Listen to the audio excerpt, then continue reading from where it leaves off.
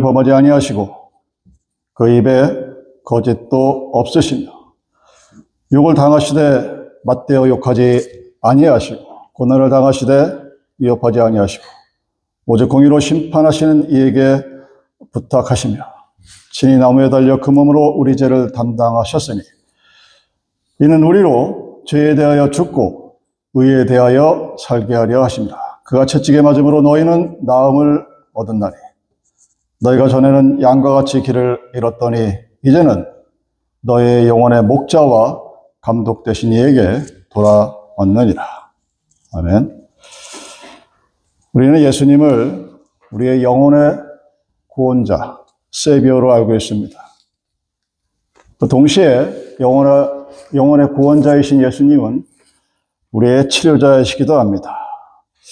예수님이 나를 대신하여 십자가 위에서 양손과 양팔이 못 박히기 전에 빌라도의 뜰에서 모진 매를 마시었습니다. 살점이 찢겨나가고 등에 그 채찍으로 인한 골짜기가 생길 정도로, 그래서 살이 패이는 그런 아픔을 당하셨습니다.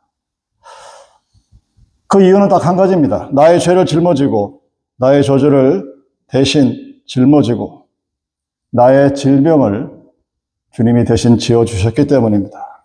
그렇게 해서 우리에게 구원과 평화를 주시기 위해서 예수님이 고통을 당하셨다고 저희는 믿습니다. 그래서 우리는 예수를 나의 구원자, my savior라고 고백을 합니다. 성경은 오늘 우리에게 이렇게 얘기합니다. 친히 나무에 달려 그 몸으로 우리 죄를 담당하셨으니 그는 우리로 죄에 대하여 죽고 의에 대하여 살게 하려 하십니다. 저가 채찍에 맞음으로 너희는 나음을 얻었나니 너희가 전에는 양과 같이 길을 잃었더니 이제는 너희 영혼의 목자와 감독 되신 이에게 돌아왔느니라. 여러분, 세상을 살면서 치료를 요하지 않는 사람은 아무도 없습니다.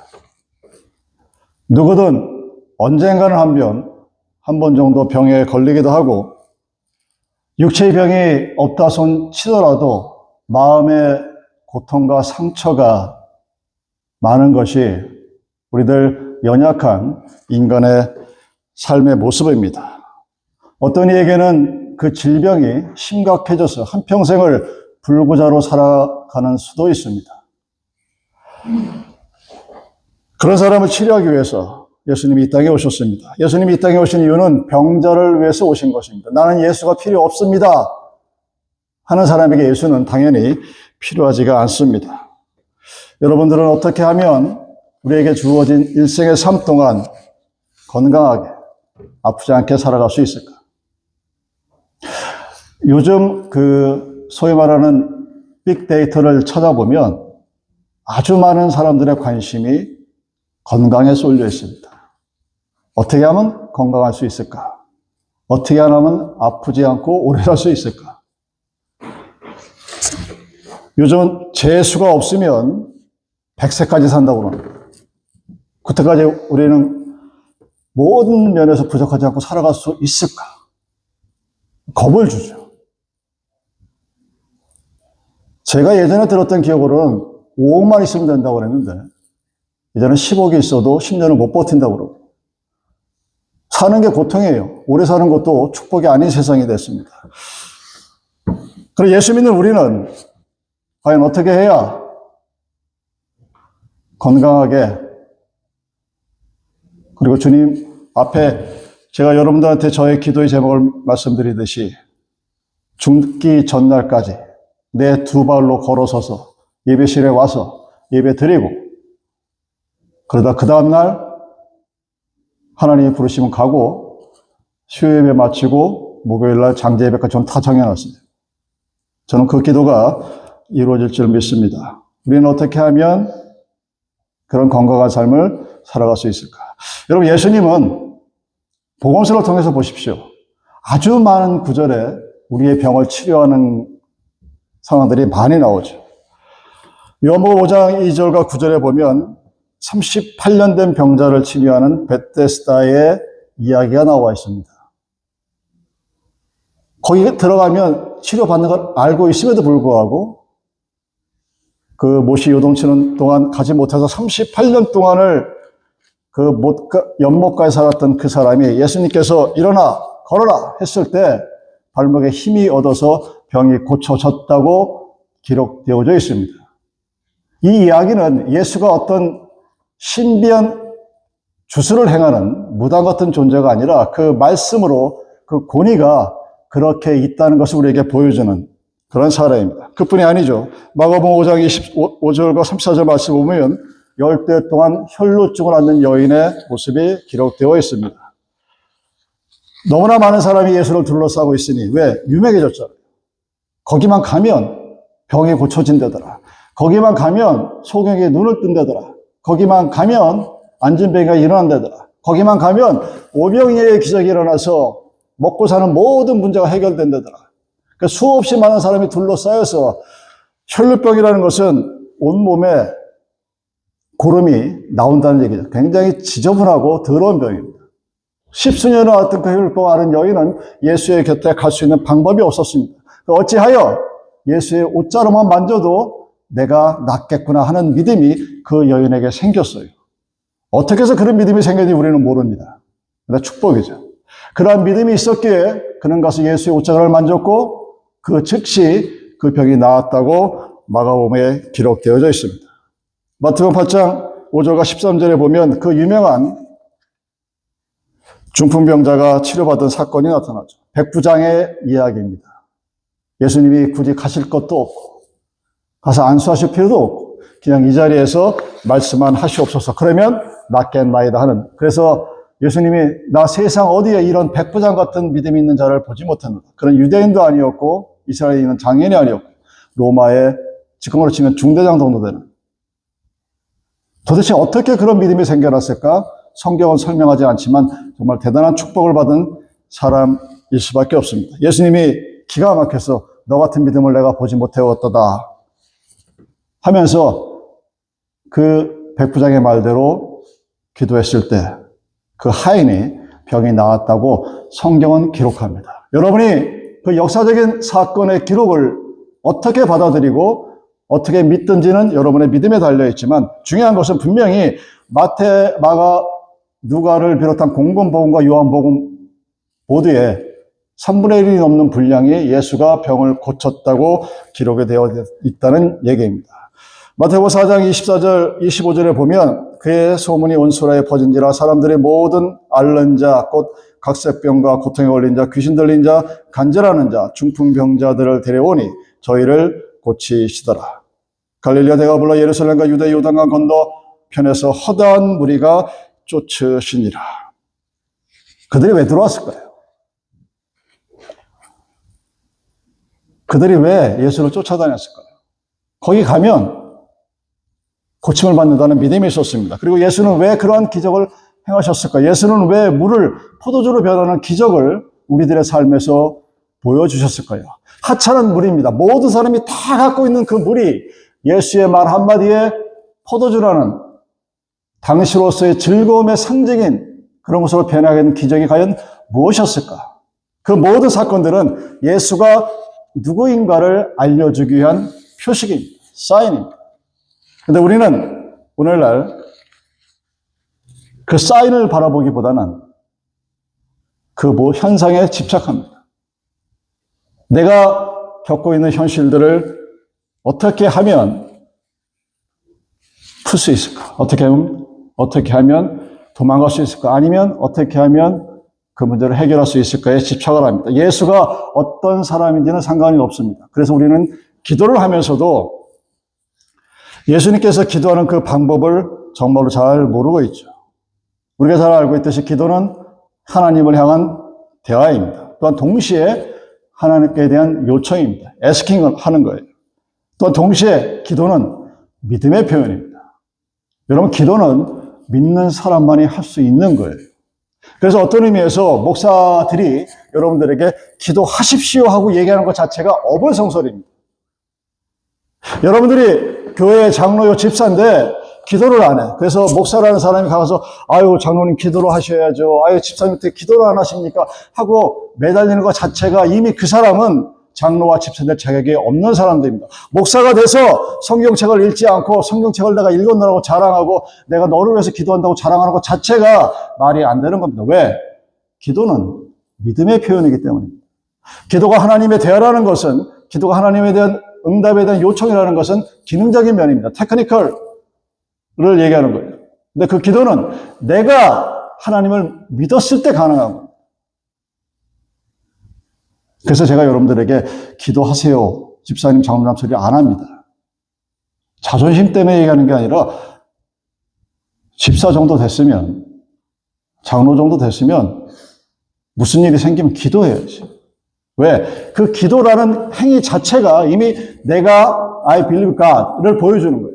내가 하나님을 믿습니다를 보여주는 행위가 여러 가지 외식적인 그런 행위가 아니라 하나님 앞에 골방에 들어가서 하나님, 나 당신의 도움이 없으면 이거 문제가 해결이 되지 않겠습니다 하고 기도하는 거예요.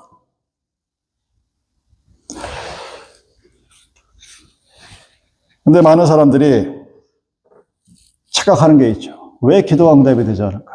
하나님은 그 죄인의 기도, 즉 회개하지 아니하는 기도를 받지 않으십니다. 그래서 여러분들이 성경 공부를 많이 하다 보면 잘못 머릿속에 박혀 있는 것들이 그 성경 공부라는 것이 여러분을 의롭게 하는 것이 아닙니다. 성경 공부의 특징은 딱 하나예요. Who is Jesus?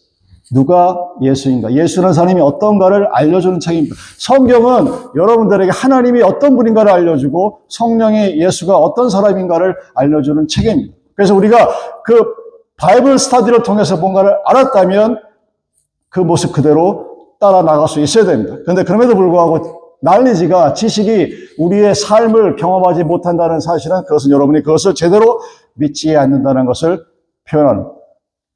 우리가 하나님 앞에 기도할 때 어떤 기도가 먼저 나올 것 같습니까?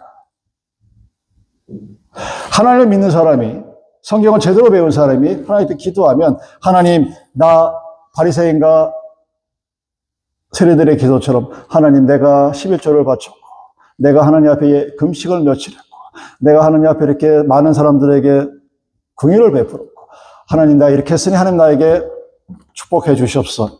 이런 기도를 할 수 있을 것 같으십니까? 당연히 못합니다. 성경을 제대로 알면 하나님 앞에서 하나님이 어찌 나 같은 사람을 목사로 만들었고 하나님이 어찌 나 같은 사람을 장로로 만들고 집사로 만들어서 하나님의 몸된 교회에서 이런 직분을 감당할 수 있도록 은혜 허락하셨는데 너무나 내 스스로가 감당이 안 되는 거예요. 그래서 하나님 앞에서 주님이여, 하나님이 내 죄를 살피시고 내가 하나님 앞에 먼저 회개할 수 있는 기도가 자연스럽게 나옵니다. 여러분, 그 기도의 순서는 배워서 되는 게 아니에요. 제가 가끔 가다가 예배 시간에 드리는 기도를 인도하시는 분들한테는 빠지지 말아야 할 요소들을 말합니다. 그래서 왜냐하면 공예배고 하나님 앞에서 모든 사람을 대신해서 드리는 예배이기 때문에 그런 요소들을 가리키지만 각 개인이 여러분들 하나님께 기도할 때 맨 처음에 드릴 수 있는 하나님의 기도는 하나님이 어찌 나에게 이런 은혜를 베푸셨는가, 나 같은 죄인에게 하는 기도가 나오게 되어 있습니다.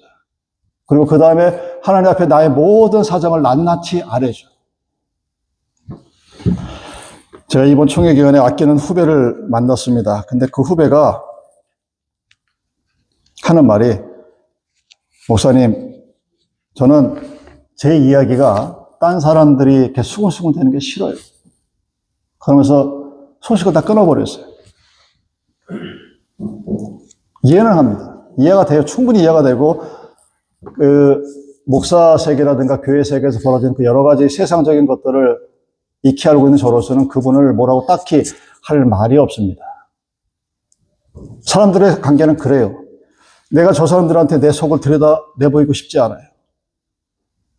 그래서 사람들의 관계가 피곤하고 어려운 거예요.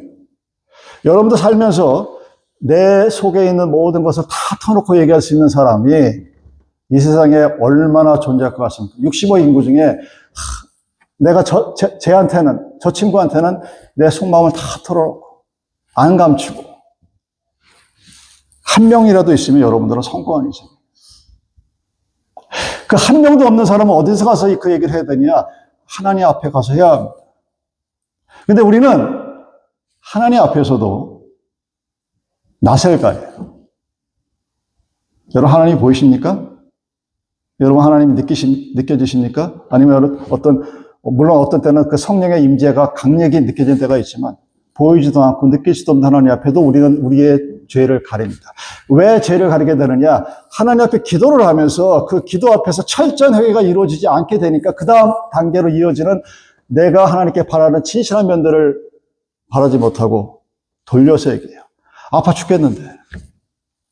정말 내 이 아픔을, 고통을 좀 하나님이 치료해 주셨으면 좋겠는데. 그 하나님 앞에서 체면을 차립니다. 내가 명색이, 뭔데? 내가 어떻게 하나님 앞에 그렇게 어린애 같은 이해를 할 수 있을까? 스스로를 감춥니다. 아담과 하와가 죄를 짓고 하는 첫 번째 행위가 뭡니까? 하나님의 음성이 두려웠다고 그랬어요. 무서웠고 하나님이 나를 혼내실까봐 숨고 하나님 앞에 자기의 부끄러움을 감춘 게 우리 인간의 본성의 모습이 그대로 드러나는 거예요. 기도할 때도 그것을 못해요. 왜? 온전한 죄가 회개되었지 않았기 때문에. 당연히 그런 기도들은 응답될 수가 없겠죠. 그러니 당연히 그 말씀대로 우리는 살려고 노력을 안 합니다. 그렇게 많이 배웠는데, 그렇게 몇십 년을 배웠는데 그 삶이 변화되지 않는 이유가 어디에 있느냐? 목사 탓도 아니고 옆에 있는 교인 탓도 아니고 내가 하나님 앞에서 기도를 할 때 그 하나님 앞에 온전한 죄의 자복이 이루어지지 않았기 때문입니다. 그럼 마가복음 16장 15절 18절에 또 가라사대 너희는 온 천하에 다니며 만민에게 복음을 전파하라. 믿고 세례를 받은 사람은 구원을 얻을 것이요 믿지 않는 사람은 정죄를 받으리라. 믿는 자들에게는 이런 표적이 따르니 곧 저희가 내 이름으로 귀신을 쫓아내며 새 방언을 말하며 뱀을 집으며 무슨 독을 마실지라도 해를 받지 아니하며 병든 사람에게 손을 얹은즉 나으리라 하시더라. 여러분 전도가 스킬로 받아들이시면 큰일 납니다. 전도 폭발이라는 그 이반젤리컬 익스플로전이라는 책을 쓰신 분들에도 마찬가지입니다. 우리는 이 전도 방법을 스킬로 받아들여요. 그래서 고구마 전도사님이 고구마를 콕콕 찌르면 된다는 그런 사실을 깔깔거리고 웃으면서 정작 움직이지 않습니다. 왜 움직이지 못할까? 여러분이 전도의 가장 큰 맹점이 뭔지 아십니까? 자기 자녀들에게 믿음이 전승이 안 돼요. 오늘날 이 재미 한인교회가 갖고 있는 근본적인 문제점들, 한국에 있는 한국교회가 갖고 있는 근본적인 문제점 중에 가장 본질은, 에센스는 나의 믿음이 나의 자녀들에게 전승이 안 된다는 겁니다. 내가 무엇을 믿는지 자기 자식들에게 얘기를 못해요. 그러면서 무슨 옆에 있는 사람들에게 교회 가자는 소리를 할 수 있겠습니까? 교회 가자는 소리는 할 수 있지. 재밌게 놀자고. 우리 교회 좋다고. 뭐가 좋은지 모르겠지만 거기에 하나님, 예수님, 성령님은 빠져 있습니다. 왜? 내가 받은 구원의 체험과 내가 하나님께 기도하면서 하나님 앞에 드렸던 죄의 고백과 그를 통해서 나타나는 기도의 응답에 대한 확신이 없으니 그 분명한 것들을 내가 가장 사랑하는 나의 자녀들에게 말을 못하는 거예요. 다 필요 없으니까 예수만 잘 믿어라는 소리를 못합니다. 너는 좋은 대학교 가야 되고 너는 좋은 직장 얻어야 되고 너는 돈을 많이 벌어야 되고 그게 전부예요. 아니신 분도 계시겠지만 그거보다 앞서서 예수가 너의 인생의 첫 번째라는 탑 프라이어티라는 소리를 절대로 잘 못합니다. 왜? 내가 받은 게 없잖아요. 내가 경험한 게 없잖아요. 내가 느끼는 게 없잖아요. 그러니까 교회에서 돈 쓰지 마 라고 얘기하고 교회에서 뭐 하려고 하지 마 그러고 하나님 뭐 하겠다 그러면 그거 우린 못해. 매사 그렇게 나가는 사람의 특징들의 하나가 그 모든 것에 있습니다.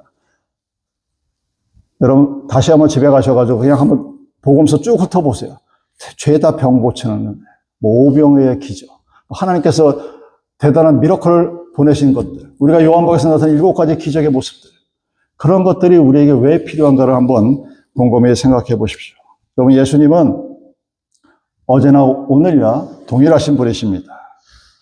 예수님 우리의 구원자이실 뿐만 아니라 우리의 치료자입니다. 육체의 치료자일 뿐만 아니라 내 마음의 치료자입니다. 예수를 믿는 사람은 디프레션에 걸릴 일이 없습니다. 근데 교회를 다니면서 왜 이렇게 디프레션에 많이 걸릴까? 예수를 모르기 때문이죠.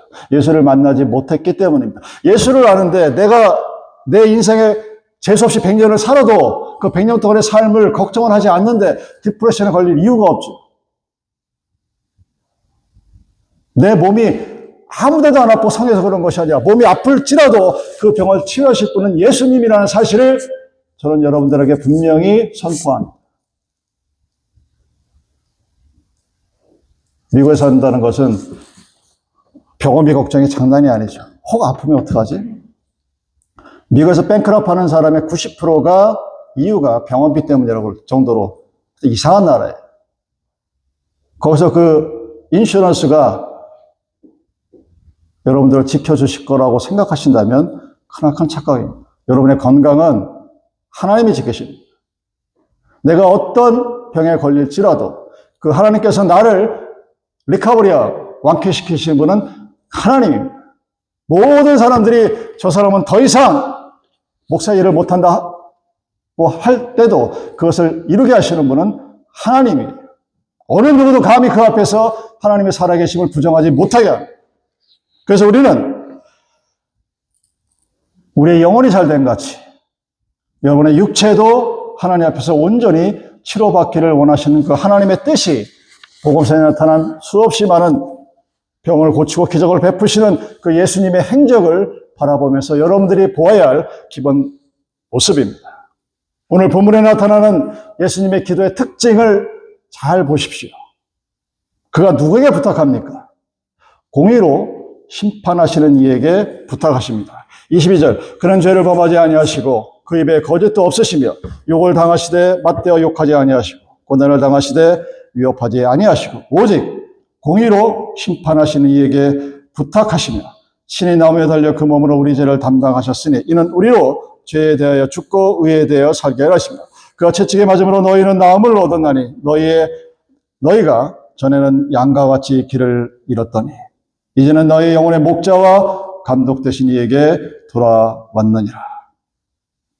그럼 우리의 삶에 있어서 치료라는 것은 나의 육체에 가해지는 질병과 함께 죄를 범하지도 않았지만 고난받은 것에 대한 그런 불만이나 그 모든 것을 싫다하지 아니하시고 그 모든 것들을 대신 감당하신 그 분이 나 대신에 부탁을 합니다. 누구에게 부탁을 하느냐? 공의로 장차 우리를 심판하실, 장차 세컨 카밍으로 우리에게 나타나실 그 하나님에게 우리의 사정들을 설명하고 부탁하고 간구하시는 것입니다. 최후 심판이신 그 심판자께서 공의로 우리의 모든 것을 판단하실 그분께 우리는 용서받은 사람들입니다. 내가 어떤 죄를 지었든 붉은 죄를 지었던 흰 양처럼 깨끗하게 용서받은 그 감사가 우리에게 있습니다. 내가 인생의 길을 잃어버려서 어찌하고 살아가야 될지를 모를 그때 내가 살아야 할 이유와 목적이 무엇인지 분명히 알게 하시는 그 놀라운 축복을 받은 사람들이 하나님 앞에 치료받은 사람들의 모습, 다른 말로 구원받은 사람들의 모습입니다. 왜냐하면 그것이 우리에게 주는 놀라운 위로와 축복이기 때문입니다. 사랑하는 여러분 스스로가 분명히 기억하시기 바랍니다.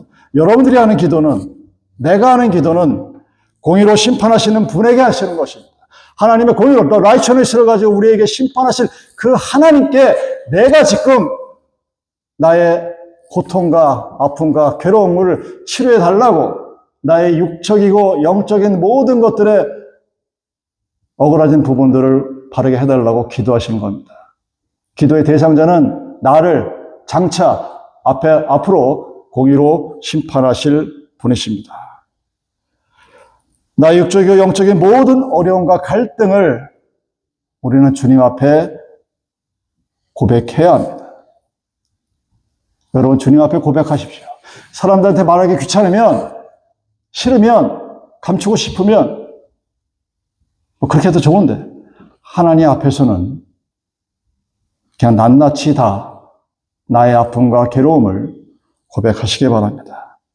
그러면 그분이 우리를 의의 길로 인도하십니다. 주님의 말씀에 순종할 때 여러분의 삶에 축복이 넘쳐납니다. 나의 삶의 목표와 방향, 그 모든 것을 공의로 심판하실 분이 인도하는 대로 순종해 보십시오. 하나님이 여러분을 어떤 모양으로 축복하는지 바라보기를 원합니다. 주님의 축복이 함께하기를 기도합니다. 우리 다시 한번